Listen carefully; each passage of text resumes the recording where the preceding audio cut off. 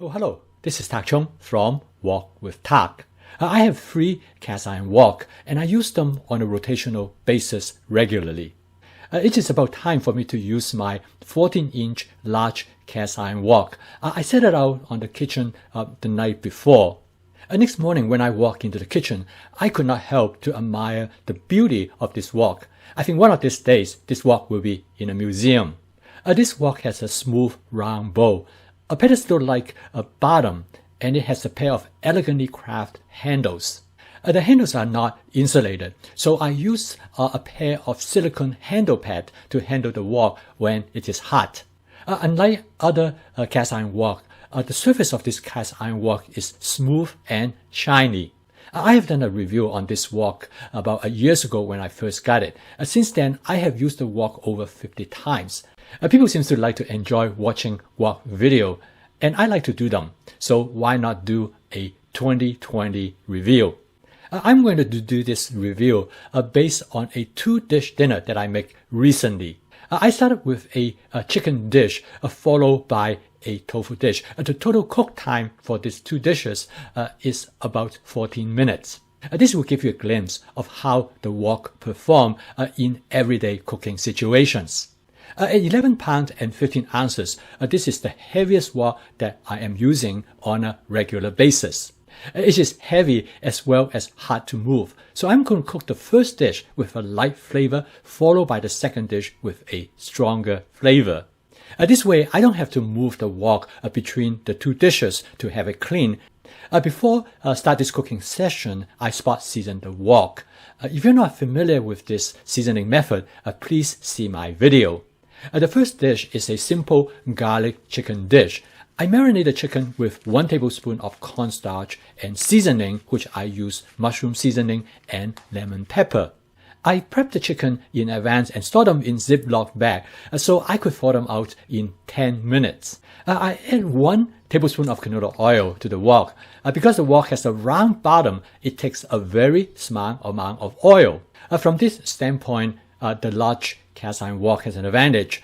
It takes less oil, and for both practical and health advantage.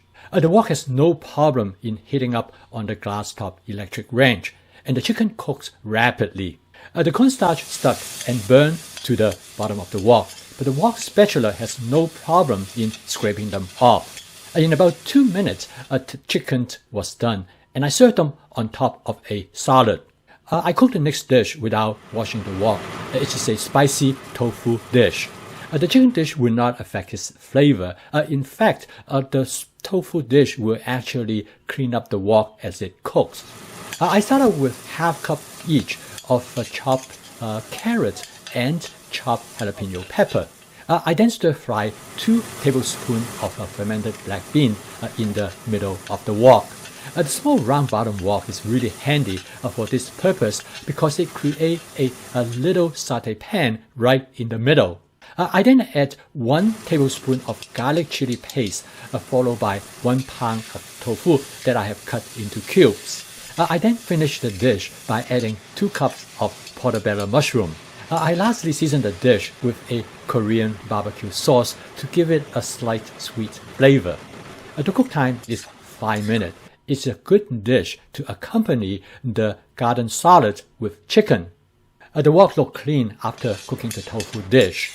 There's no food particle either stuck or burned to it. The tofu dish actually cleans the wok.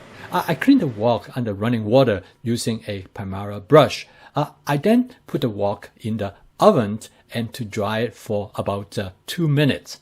I love this wok as I love all cast iron wok. However, I do not know whether I like this better than my other cast iron woks.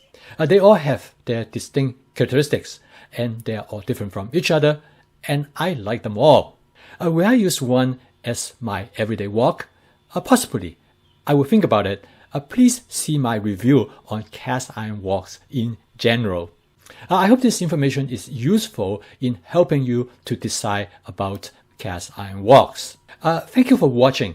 Please subscribe to my YouTube channel if you would like to receive notifications of my future video postings. See you next time.